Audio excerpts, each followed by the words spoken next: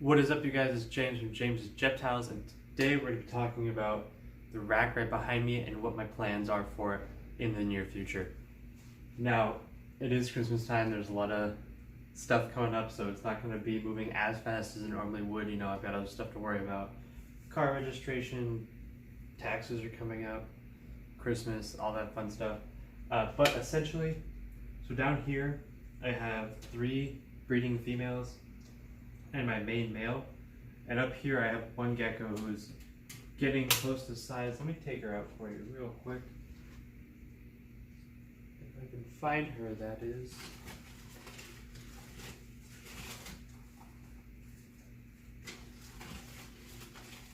She's on this, I can tell.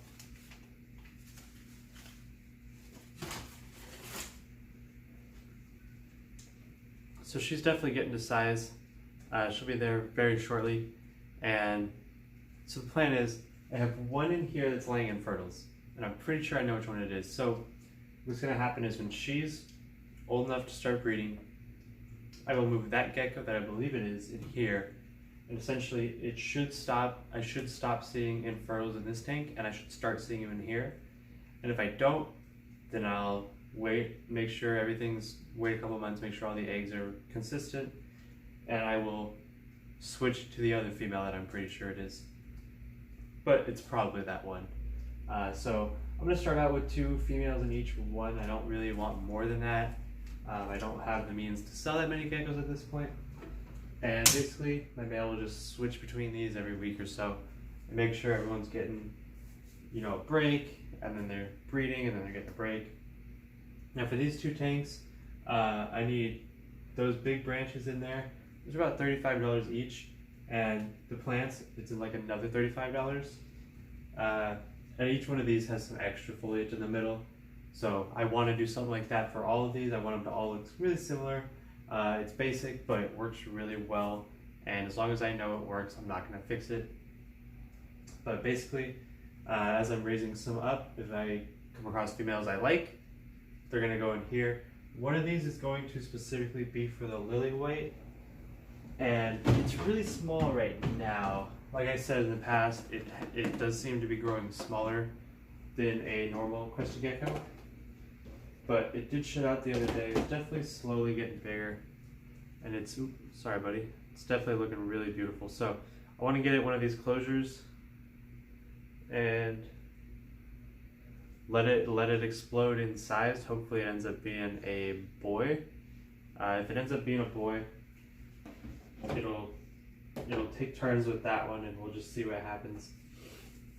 It'll probably stick to 2, and then my other male will stick to 2.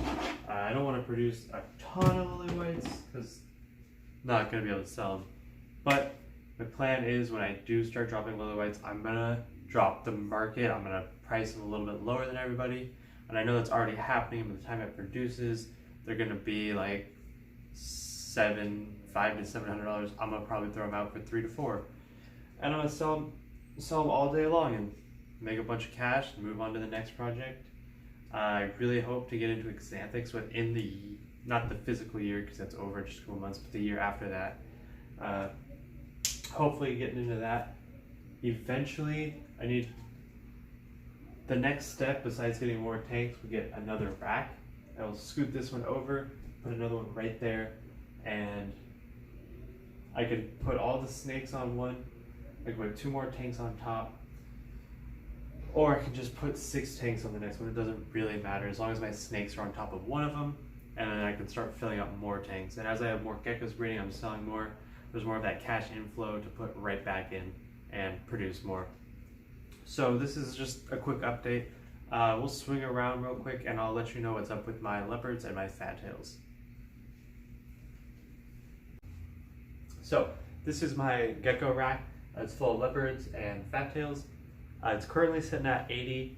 Nothing has been fed in the last week. I'm going to go through today and add some water to everything, make sure everything's doing good, and start to cool it down. So basically, my helix, my thermometer, my thermostat, sorry, it's set to 90.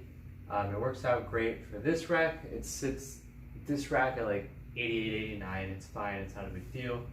But basically what I'm going to do is I'm going to incrementally cool them down. So fat tails, I would cool them at 80, 79, 80. Leopards, you want 74. So they're both in there, so I'm probably just going to do 74. I'm probably going to do 74. So I'll drop them to 80 today, and then I'll give them about 3 days, and then I'll drop it to 74. It's not an exact science. This is really my second year doing this. In the first year, it did not go well. And it's actually really painstaking because they have to be down for 2.5, 3 months, and you just start worrying about them a lot. But that's just the way it goes. So those are getting cooled today, and we'll do some updates. All right, so right here I have lefty and righty. They're both nice and chunky for the winter. With their nubs, obviously, they're not really at any disadvantage because as brumation starts, they're just slowing down. They're getting less active. I'm seeing a little bit of calcium sacs on, who's this? Lefty. Lefty has the left hand. Righty has the right hand. And hopefully these guys I can get to breed with my normal this year and produce some Tug Snows. Tug Snow is an interesting gene. It's not like Mac, it's not like Gem. So basically, when you have a Tug Snow, if they have one copy of the gene, they're a Tug Snow. If they have 2 copies of the gene, they're a Tug Snow, and they don't look any different. So either any Tug Snow could be carrying 2 copies of the gene if you're unfamiliar with the parents and the lineage. So these guys, they do have the potential to have 2 copies or 1 copy. If they have 2 copies, then breeding to a normal will give you 100% Snows, Tug Snows. If they have 1 copy, then 50% normals, 50% Tug Snows. And because I'm breeding them to a normal, even if they did have 2 copies, any Tug Snow babies that come out will guaranteed have 1 copy of the gene. So if they do produce this year, which I hope they do, that'd be awesome. I'd love to see some babies from these guys and have a little army of Snows. They're not the nicest Snows, but Snows will throw all different mixes of colors. Really good Snows are black and white. These are almost looking normals, but nevertheless. All right. Next up, I have Diamond, a fat tail that I produced this year. She has a slight underbite. The stripe's always very nice, and the regen, of course. She's obviously not big enough to breed, but she's not small enough to where I'm worried about her. So she's just going to go back in, and she'll probably be a future breeder just to make sure I get my numbers up. With that underbite, it's not my biggest concern. This girl, Steak Sauce, my original breeder, has a very slight underbite. The male had a very big underbite. That's why most of the babies had pretty bad ones. She's not the best shedder. She's always gets super weak in breeding season, but you can see she definitely rebound real nice. I don't want to breed her. I would rather have had other geckos, but I sold my other geckos. They had really bad underbite. Some had some pretty bad tail kinks, some pretty aggressive tail tip kinks, and I just wasn't able to find one I liked in time. I have one picked out, but that's probably not going to happen this year before.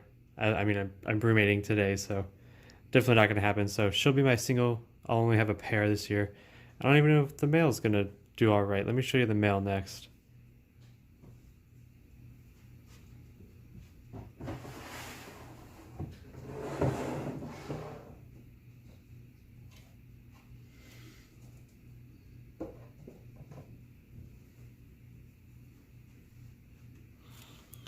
So this is Johnson. Johnson's got a little bit of tail kink, but he is a patternless whiteout male. He's not doing too great. I got him, and he just kind of stayed really small, really runty. I'm kind of worried that he won't survive the breeding season, or the brumation and the breeding season, but if I can get a couple good eggs out of him, and I can, get some nice babies and keep the healthiest babies, at least that would be something. He was an expensive gecko. They go for about $700-800, and I would hate to see him not make it. So I'm gonna definitely be watching him closely during brumation and make sure everything goes well with him. Of course, my most expensive animal, my Black Knight Eclipse. I really hope this guy puts on some weight once brumation is over. He's a little bit small right now. I'd like him like 5-10 grams bigger to breed, but I'm definitely going to try this year. I'm going to put him with some stuff and see if they breed. And if they don't, I'll end up just putting my normal male with everything, just to see what's up. I probably won't put him with lefty and righty. I'll probably put my normal male with lefty and righty, just so I have something coming out that's guaranteed and I know what it is. Because if I put him to something and then I switch males, I don't know if they're head eclipse or not. So this right here is my big male Malloy. I've recently tried popping in and there's not much there.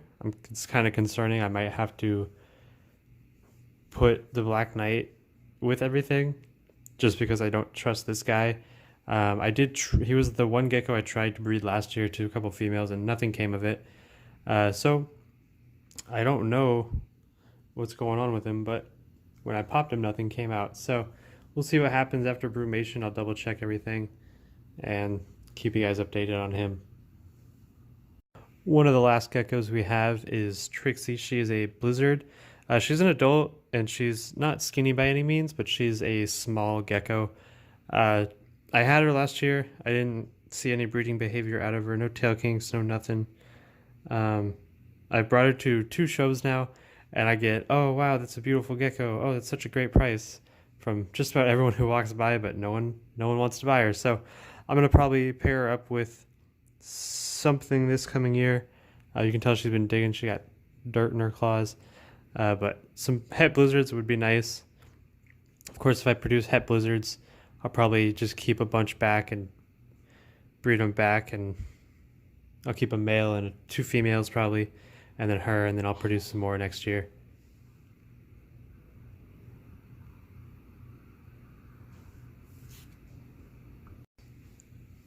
Now the last gecko I am a little bit worried about. She's got a pretty thin tail. She's never been a great eater. Hopefully she pulls through brumation. If she does, the first thing I'm going to feed her is some hornworms. I'll probably feed a couple things hornworms right away just to make sure everything bulks up real nice. And if she does look nice, I'll end up breeding her. If not, there's a reason I keep an empty tub in every rack. It's just a really good idea to do. But she is a bell, so I have a het radar, which is het bell, het eclipse. But the odds, I don't want to play the odds on that. I don't even know for sure because I got that gecko from a random person.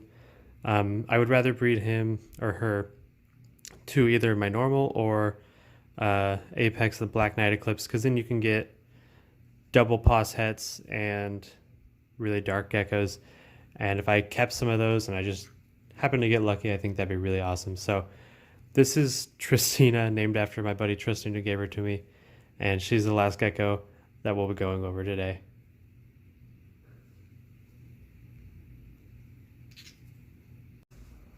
Alright, so there you guys go. Little update on all the potential breeders and things that I am considering when I'm putting them down for brumation.